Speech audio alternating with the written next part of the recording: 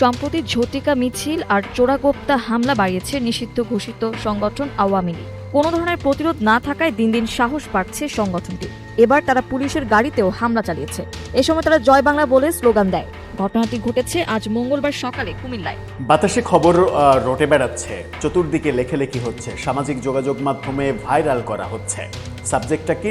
সাবজেক্টটা হচ্ছে ক্ষমতাচ্যুত প্রধানমন্ত্রী শেখ হাসিনা তিনি তার নেতাকর্মীদের নির্দেশ দিয়েছেন দেশে ফেরার, অর্থাৎ বিদেশে যারা রয়েছে, যে দেশেই রয়েছে তারা যেন দেশে ফিরে আইনের মোকাবেলা করে এবং আইনের মোকাবেলা করে দলকে আরো শক্তিশালী করার চেষ্টা করে। আমার হাজবেন্ডকে ভোর 4টা বাজে নিজে আমাদের বাসা থেকে ওকে অ্যারেস্ট করা হয়েছে। কেন? জি, সে বাসায় ছিল। আর যখন ঘটনা ঘটে তখন ওর সাথে আমি ভিডিও করেছিলাম। ও যাচ্ছিল খিলগাঁও বাজারে, আমার কিছু দরকার ছিল, ওই দরকারে, মানে আমার পার্সোনাল দরকারে। আজকে গ্রেপ্তার করে দিয়েছি, কালকে সকালে এসে আমার দিকে দাঁত কেলিয়ে হাসছে। আমরা আসামি ধরে দিচ্ছি, আসামি ধরে দেওয়ার পরে খুব অল্প সময়ের মধ্যে তারা জামিনে বের হয়ে চলে আসছে এবং চলে এসে আবার তারা অপরাধে লিপ্ত হচ্ছে। এইটা আমাদের জন্য খুব চিন্তার বিষয়। চড়াও হয়ে হাইওয়ে পুলিশের উপর হামলা করে এবং হাইওয়ে পুলিশের গাড়িটি ভাঙচুর করে। আওয়ামী লীগ পুনর্বাসনের জন্য চেষ্টা করছে এবং বিভিন্ন জায়গায় তারা এখন মিছিল বের করছে, তাদের শক্তিমত্তা দেখাচ্ছে। নির্বাচনটা হবে আর একটা শক্তিমত্তা দেখানোর তাদের একটা। আসসালামু আলাইকুম ওয়া রাহমাতুল্লাহ। দর্শক বন্ধুরা, কথিত আছে শেখ হাসিনার বাপের দেশ বঙ্গবন্ধুর বাংলাদেশ। আর এই বঙ্গবন্ধুর বাংলাদেশে, আমাদের এই বাংলাদেশে আওয়ামী লীগ রাজনীতি করতে পারবে না, এটা কি কখনো কেউ মেনে নেবে? এবারে দেখুন, চমক দেখিয়ে আওয়ামী লীগ রাজনীতিতে ফিরতে যাচ্ছেন। কিভাবে? আপনারা জানেন যে আওয়ামী লীগের নেতা কর্মীরা টেলিগ্রাম গ্রুপে প্রতিনিয়ত তাদের কথোপকথন এবং দল গোছানোর কাজ কিন্তু চালিয়ে যাচ্ছে। আওয়ামী লীগের প্রধান শেখ হাসিনা তিনি জানিয়েছেন যে যেসব নেতা কর্মীরা বিদেশে আত্মগোপন করে আছে তাদেরকে নির্দেশ দিয়েছেন যে অতি তাড়াতাড়ি বাংলাদেশে ফিরে আইনি প্রক্রিয়ার মাধ্যমে, অর্থাৎ তাদেরকে আত্মসমর্পণ করে জেল খেটে 2-1 মাসের মধ্যে জামিন দিয়ে আবার বাংলাদেশে রাজনীতিতে ফিরতে এবং বাংলাদেশে আওয়ামী লীগকে একটি পাকাপোক্তভাবে গঠন করার প্রক্রিয়া নিয়েছেন আওয়ামী লীগের প্রধান উপদেষ্টা শেখ হাসিনা। তো দর্শক বন্ধুরা, চলুন এবারে আমরা আরো বিস্তারিত দেখে আসি পাশে থাকা স্ক্রিনের পর্দা থেকে। তবে তার আগে আপনাদেরকে একটি মাত্র ছোট্ট করে রিকোয়েস্ট করি, আপনারা যারা এখনো পর্যন্ত আমাদের এই চ্যানেলটি সাবস্ক্রাইব করেননি, প্লিজ দয়া করে ভালোবেসে আমাদের এই চ্যানেলটি সাবস্ক্রাইব করে পাশে থাকা বেল আইকনটি বাজিয়ে দিবেন। চলুন দর্শক বন্ধুরা, এবারে মনোযোগ সহকারে ভিডিওর বাকি অংশ আমরা এবারে দেখে আসি। বাতাসে খবর রটে বেড়াচ্ছে, চতুর্দিকে লেখালেখি হচ্ছে, সামাজিক যোগাযোগ মাধ্যমে ভাইরাল করা হচ্ছে। সাবজেক্টটা কি? সাবজেক্টটা হচ্ছে ক্ষমতাচ্যুত প্রধানমন্ত্রী শেখ হাসিনা তিনি তার নেতাকর্মীদের নির্দেশ দিয়েছেন দেশে ফেরার, অর্থাৎ বিদেশে যারা রয়েছে, যে দেশেই রয়েছে তারা যেন দেশে ফিরে আইনের মোকাবেলা করে এবং আইনের মোকাবেলা করে দলকে আরও শক্তিশালী করার চেষ্টা করে। সেখান থেকে প্রশ্ন উঠেছে যে যারা দেশের বাইরে রয়েছেন সেই নেতাকর্মীরা কি ফিরতে শুরু করেছেন? গত কয়েকদিনের আলোচনাটা সেটাই ছিল এবং দেশের বিভিন্ন জায়গায় আদালতে আত্মসমর্পণ করার ঘটনা বেশ কয়েকটা ঘটেছে।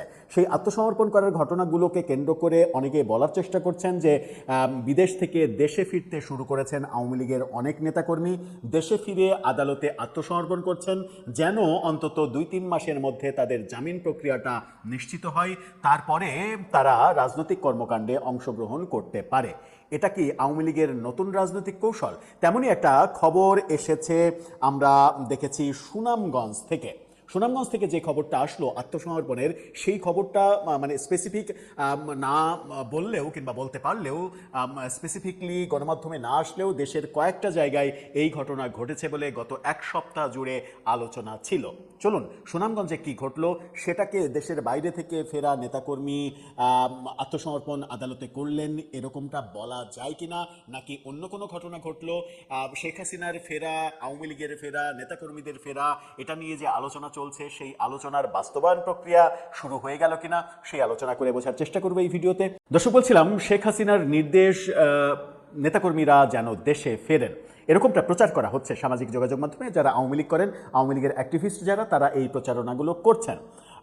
প্রচারণা যখন করছেন তখন এটার পক্ষে আবার কিছু গুঞ্জনও রটছে যে তারা দেশে ফিরছেন, বিভিন্ন জায়গায় আত্মসমর্পণ করছেন। তেমনই একটা ঘটনা সুনামগঞ্জে, কিন্তু সেটা দেশের বাইরে থাকার ঘটনা নাকি দেশের মধ্যেই পালিয়ে থাকার ঘটনা সেই ব্যাপারে এখনই নিশ্চিত হওয়াটা বেশ কঠিন। চলুন সুনামগঞ্জের ঘটনাটা একটু জানি। সেখানে বলা হচ্ছে কার্যক্রম নিষিদ্ধ আওয়ামী লীগের 5 নেতার আত্মসমর্পণ, মানে তাদেরকে কিন্তু অ্যারেস্ট করা হয়নি, তারা নিজেরা আদালতে গিয়ে আত্মসমর্পণ করেছেন এবং জামিন চেয়েছেন। কি ঘটল? সুনামগঞ্জের জগন্নাথপুরে দীর্ঘদিন পলাতক থাকার পর কার্যক্রম নিষিদ্ধ থাকা আওয়ামী লীগ ও অঙ্গ সহযোগী সংগঠনের 5 নেতাকর্মী আদালতে আত্মসমর্পণ করেছেন। সুনামগঞ্জ আমল গ্রহণকারী ম্যাজিস্ট্রেট আদালতে হাজির হলে আদালত তাদের জামিন নামঞ্জুর করে কারাগারে পাঠানোর নির্দেশ দিয়েছেন। খুবই স্বাভাবিক, জামিন হবে না এটাই স্বাভাবিক। ওই 5 নেতাকর্মীরা হলেন উপজেলার কলকলিয়া ইউনিয়ন আওয়ামী লীগের যুগ্ম সাধারণ সম্পাদক আলাল হোসেন রানা, বেশ বড় নেতা, নিষিদ্ধ ঘোষিত উপজেলা ছাত্রলীগের সহসভাপতি ও জেলা ছাত্রলীগের সহ সম্পাদক সজীব রায় দুর্জয়, ছাত্রলীগ নেতা সাহেল মিয়া, জামিল আহমেদ ও ফয়সাল মিয়া। বিষয়টি নিশ্চিত করেছেন আসামিপক্ষের আইনজীবী সুনামগঞ্জ জেলা জজ আদালতের অ্যাডভোকেট শফিকুল ইসলাম। তিনি বলেছেন, আসামিরা স্বেচ্ছায় আদালতে আত্মসমর্পণ করে জামিনের আবেদন করলে আদালত তাদের জামিন শুনানি শেষে জামিন নামঞ্জুর করে কারাগারে পাঠান। পরবর্তীতে তাদের জামিনের ব্যবস্থা করা হবে, সেই চেষ্টাতে তারা থাকবেন এমনটা জানিয়েছেন। গত বছরের 23 জুন একটা ঘটনা ঘটেছিল, সেই ঘটনার পরিপ্রেক্ষিতে তারা পলাতক ছিলেন এরকমটা বলা হচ্ছে, কিন্তু পলাতকটা দেশে ছিলেন নাকি দেশের বাইরে চলে গিয়েছিলেন সেই প্রশ্নের সমাধানটা গণমাধ্যম দিতে পারেনি। বলা হচ্ছিল যে আওয়ামী লীগের 76তম প্রতিষ্ঠাবার্ষিকী উদযাপনের কেক কাটার একটা ভিডিও সামাজিক যোগাযোগ মাধ্যমে ছড়িয়ে পড়েছিল 23 জুন 2025। এই ঘটনায় 28 জুন জগন্নাথপুর থানায় পুলিশ বাদী হয়ে সন্ত্রাস বিরোধী আইনে বেশ কয়েকজনের নামে মামলা করে এবং মামলার আসামিরা পলাতক থাকে।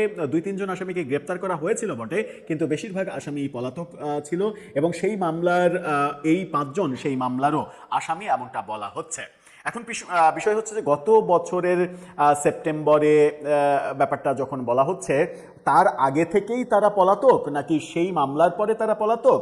তার আগে থেকে 24-এর 5 আগস্টের সরকার পতনের পর থেকে তারা দেশের বাইরে চলে গিয়েছিল, দেশে ফিরে তারা আদালতে আত্মসমর্পণ করলেন নাকি দেশের মধ্যেই অন্য কোথাও ছিলেন? এই ব্যাপারটা গণমাধ্যম পরিষ্কার করতে পারেনি। কেন বললাম যে আত্মসমর্পণের ঘটনাটা দেশের বেশ কিছু জায়গায় ঘটেছে বলে গত কয়েকদিন শোনা যাচ্ছিল, কিন্তু স্পেসিফিকলি গণমাধ্যমে খবরগুলো আসছিল না। আর আমরা সাধারণত গণমাধ্যমের অথেন্টিক কোনো খবর ছাড়া সেটা নিয়ে কোনো কথা বলি না। আমাদের প্ল্যাটফর্মে কোনো গুজব, গুঞ্জন, অহেতুক চাপাবাজি, অহেতুক কথাবার্তা, এই ব্যাপারগুলো থেকে আমরা বিরত থাকার চেষ্টা করি। আমরা সেই ব্যাপার নিয়ে আলোচনা করি যে ব্যাপারগুলো দেশের কিংবা বিদেশের প্রতিষ্ঠিত গণমাধ্যমে প্রকাশিত হয়, অথবা প্রতিষ্ঠিত কোনো সাংবাদিক কিংবা সেরকম চরিত্র তারা ফেসবুকে নিজেদের পোস্ট কিংবা ভিডিও বার্তার মাধ্যমে সেগুলো প্রকাশ করেন। আমরা যেহেতু অন্যগুলোর রেফারেন্স দিতে পারিনি, সেই কারণে এর আগে এই আলোচনাটা আনিনি, কিন্তু গত কয়েকদিন ধরে, গত প্রায় 2 সপ্তাহ ধরে যে আলোচনা চলছে সেটা হচ্ছে যে দেশের বিভিন্ন জায়গায় বিভিন্ন আদালতে এরকম আত্মসমর্পণের ঘটনা ঘটতে শুরু করেছে।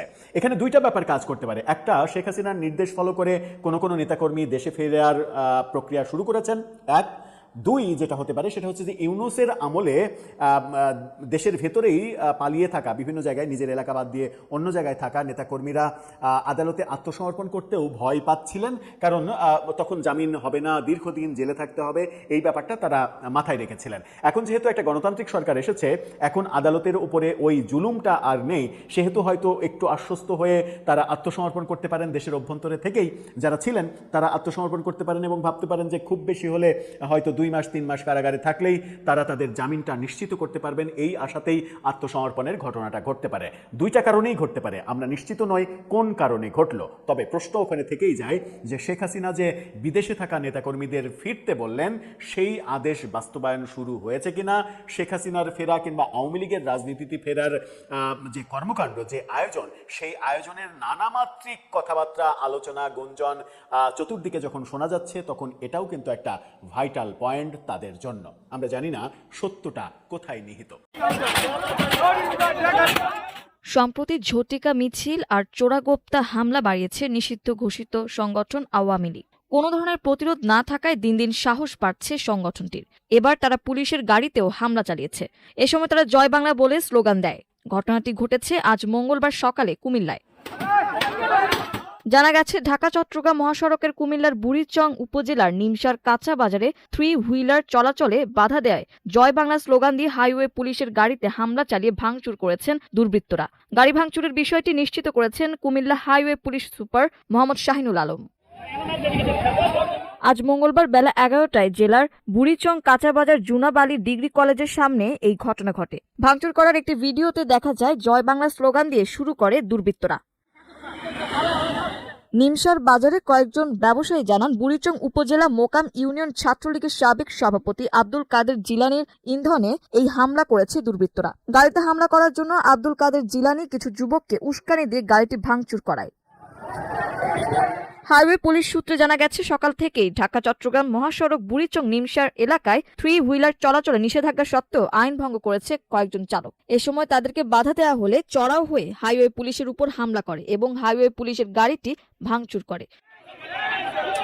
স্থানীয় সূত্রে জানা যায়, কাঁচা বাজারের পণ্য আনা নেওয়ার কাজে অটোরিকশাগুলো মহাসড়কে চলাচল করে। মহাসড়কে অটোরিকশা চলাচলের জন্য পুলিশ বাধা দিলে স্থানীয় অটোরিকশা চালকদের সাথে পুলিশের সংঘর্ষ হয়। এ সময় একজন অটোরিকশা চালক আহত হয়। পরে অটোরিকশা চালকরা হামলা করলে পুলিশ সদস্যরা গাড়ি রেখে নিরাপদ আশ্রয়ে চলে যায়। তারপর কিছু লোক গাড়িটি ভাঙচুর করে। ময়নামতি হাইওয়ে থানা আব্দুল মুমিন দৈনিক আমার দেশকে বলেন, মহাসড়কের দায়িত্ব পালনকালে পুলিশের গাড়িতে হামলা করে ভাঙচুর করে কিছু দুর্বৃত্ত। আমরা সিসিটিভি ফুটেজ দেখে ভাঙচুরের সাথে জড়িতদের শনাক্ত করার চেষ্টা করছি। এবারের স্থানীয় সরকার নির্বাচন ক্ষমতাসীন দল এবং সরকারের জন্য বেশ চ্যালেঞ্জের, এবং এই চ্যালেঞ্জটা শুধু শাসক দল বিএনপির জন্য না, এমনকি বিরোধী জামাত এনসিপির জন্য। কারণ নির্বাচনটা হচ্ছে নির্দলীয় নির্বাচনে যে কেউ অংশ নিতে পারে। সেখানে খেয়াল করেন, যেখানে আওয়ামী লীগ পুনর্গঠনের জন্য চেষ্টা করছে এবং বিভিন্ন জায়গায় তারা এখন মিছিল বের করছে, তাদের শক্তিমত্তা দেখাচ্ছে, নির্বাচনটা হবে আর একটা শক্তিমত্তা দেখানোর তাদের একটা সাংবিধানিক অধিকার চলে আসবে। অর্থাৎ যেহেতু নির্দলীয়, ফলে নির্দলীয় ব্যক্তি হিসেবে তারা নির্বাচনে অংশ নেবে। তখন কি হবে, আপনি জানতেছেন যে সে আওয়ামী লীগের, কিন্তু যেহেতু আওয়ামী লীগ নামে হচ্ছে না, সুতরাং আপনি বাধা দিতে পারেন না। ডাক্তার জাহিদুর রহমান কিন্তু ঠিক সেই কথাটিই বলেছেন আজকে সাংবাদিকদের প্রশ্নের জবাবে। তিনি বলছেন যেখানে বাধা দেওয়ার কিছু নেই, কাউকেই বাধা দেওয়া যাবে না, কারণ নির্বাচনটা হবে নির্দলীয়। এখন নির্দলীয় নির্বাচনে দলীয় সরকার, বিরোধী দল সবাই কিন্তু বিপদে পড়তে যাচ্ছে। কারণ যেটা হয় বাংলাদেশের রাজনীতিতে, আপনি যে দলকে নিষিদ্ধ করছেন তাদেরকে মাঠে রাজনীতি করতে দিচ্ছেন না, যখন এটাকে আইন, শক্তি এবং প্রশাসনিক ব্যবস্থার মধ্য দিয়ে যখন জিনিসটা করা হচ্ছে, তখন কিন্তু তার একটা জনপ্রিয়তা বাড়তে থাকে। মানুষের যেটা হয়, খুব দ্রুতই সে দুঃখ ভুলে যায়। 15 বছরের দুঃশাসনের স্মৃতি নিয়ে মানুষ চলতে চায় না। মানুষ দেখে যে বর্তমানে সে যদি দেখে যে না, সরকার তো ভালো চলছে না, সরকারের আইন শৃঙ্খলা তো ঢিলাঢালা, জিনিসপত্রের দাম তো বাড়ছেই, পরিবর্তনটা কোথায়? পরিবর্তনটা খুঁজে পাচ্ছে না। কিছু কিছু পরিবর্তন গুণগতভাবে রূপান্তর ঘটেছে, কিন্তু সেইটার নিয়ে আমি যেটা বলেছি যে সরকার তার পারফরমেন্সটা দেখাতে পারছে না। প্রধানমন্ত্রীর পারফরমেন্স নিয়ে কোনো বিতর্ক নেই। আমার ধারণা কেউ কেউ সমালোচনা করেন ওই সামান্য স্লিপ অফ টাং হিসাবে কয়েকটা কথা নিয়ে, বেশ, যে প্রধানমন্ত্রী খবরই রাখেন না। প্রধানমন্ত্রী খবর রাখেন কিনা কেউ কিন্তু বলেননি যে বাংলাদেশের প্রধানমন্ত্রী কোরবানির ঈদের বর্জ্য অপসারণটা ঠিক মতো হলো কিনা, 4 ঘন্টা ধরে ঢাকা শহরে ঘুরে বেড়াচ্ছেন কিনা, এইটা কিন্তু ক্রেডিট দেওয়া হয় না। কোথায় কোন কাজী নজরুল ইসলাম প্রসঙ্গে বা অন্য একটা বিষয়ে কি ভুল তথ্য দিলেন, এটা নিয়ে হয়েছে। যাই হোক, বিষয়টা হলো এই নির্বাচনটা অবশ্যই বেশ চ্যালেঞ্জের হয়ে যাবে। কারণ দলে দলে আওয়ামী লীগের নেতারা এখন নির্দলীয় আবরণে, তৃণমূলে, বিশেষ করে তৃণমূলে তারা তাদের শক্তিটা দেখাবে। তারা যদি জয়যুক্ত হয়, তাহলে ওইটাকে কেন্দ্র করে ওই নির্দলীয় ইউপি চেয়ারম্যান বা মেম্বার, তাদেরকে ঘিরেই কিন্তু তারা একটা রাজনীতির একটা প্রাথমিক আলামত শুরু করবে, এবং হয়তো তার প্রস্তুতি তারা জোরে সোরে নিচ্ছে। ফলে এইটা এক ধরনের, আমি বলবো যে শুধু জামাত বা এনসিপি যদি মনে করে এটা সরকার বেকায়দায় পড়লো, না, এটা বর্তমান 5ই আগস্ট যে গণঅভ্যুত্থানের ফলে তার বেনিফিশিয়ারি বিএনপি, জামাত, এনসিপি সবার জন্য কিন্তু একটা বড় ধাক্কা হবে অথবা চ্যালেঞ্জ হবে। জানি না আওয়ামী লীগও প্রমাণ করতে পারবে সত্যি তাদের যে নেতারা তারা জনপ্রিয় ছিলেন কিনা। এটাও মানে পরখ করে নেওয়া যাবে যে অন্তত নির্দলীয় ব্যানারে হলেও তারা তো নির্বাচন তো করবে, তাদের নেতারা জনপ্রিয় নাকি 15 বছরে তারা যে দুঃশাসন করছে তাদের প্রতিনিধি হিসেবে তারা যে নির্বাচন করছে ফলে তাদের জনপ্রিয়তা নেই, এটা প্রমাণ হবে নাকি জনপ্রিয়তা আছে প্রমাণ হবে। এটা এই নির্বাচনটা একটা বড় ধরনের একটা মানদণ্ড। এবং এটা আমি আগেই বলেছি যে ক্ষমতাসীন দল এবং ক্ষমতার বাইরে বিরোধী দল সবার জন্য বেশ একটা অগ্নি পরীক্ষা তৈরি হবে এই লোকাল নির্বাচনে। আওয়ামী লীগ সমর্থিত যে প্রার্থীরা কি পরিমাণ তারা জয়যুক্ত হয়। আমার হাজবেন্ডকে ভোর 4টা বাজে নিজে আমাদের বাসা থেকে ওকে অ্যারেস্ট করা হয়েছে। কেন? জি, সে বাসায় ছিল। আর যখন ঘটনা ঘটে তখন ওর সাথে আমি ভিডিও কলেছিলাম। ও যাচ্ছিল খিলগাঁও বাজারে, আমার কিছু দরকার ছিল, ওই দরকারে মানে আমার পার্সোনাল দরকারে। তখন ও ভিডিও কলে ছিল ওই ঘটনাস্থলে, আর তারপর ও বাসায় চলে আসছে। এটা কেন ফ্যাশন হলো এটা তো আমি জানি না। মিরাজ হচ্ছে বাবুর ডান হাত। মিরাজ আর বাবুর সাথে আলামিনের কি সম্পর্ক? একসাথে রাজনীতি করলে সহপাঠী কি আসামি হয়ে যায়? এখন ওনারা বলতেছে আসামির সাথে আমাদের কোনো কথা নাই। তাহলে কি মানে কোর্টে প্রমাণ হওয়ার আগে দলের মানুষ স্যালেন্ডার করে দিচ্ছে, এখন আমার বোনের জামাই আসামি? এটা কোনো কথা? সে যদি আসামি হয়, সে মগবাজারের বাসায় র্যাব বসে করলে আমাদের বাসায়, সে বাসায় কেন সে রাত্রে 10টা বাজে ঢুকে ঘুমাইছে, তারা কেন ভোর 4:30 বাজে ধরে নিয়ে আসা হয়? আমি কুমিল্লাতে ছিলাম রাত 9টা বাজে, আর ওকে অ্যারেস্ট করছে আমাকে বাড়িয়ালি বলছে, মানে আমাদের বাসার উনি আন্টি বলছে যে ভোর 4টা বাজে। উনিও কান্না করতেছে আমার হাজব্যান্ডের জন্য, বলতে ও তো কিছুই করে নাই। ওর রাত্রে মানে 10টা বাজে রাত 10টা বাজে আইসা ও ঘুমাইয়ে গেছে। ও আসামি হইলেও রাত্রে বাসায় আসবে কেন? বাবুর মতো তো পালিয়ে যেত। আমিও চাই খুনির ফাঁসি হোক।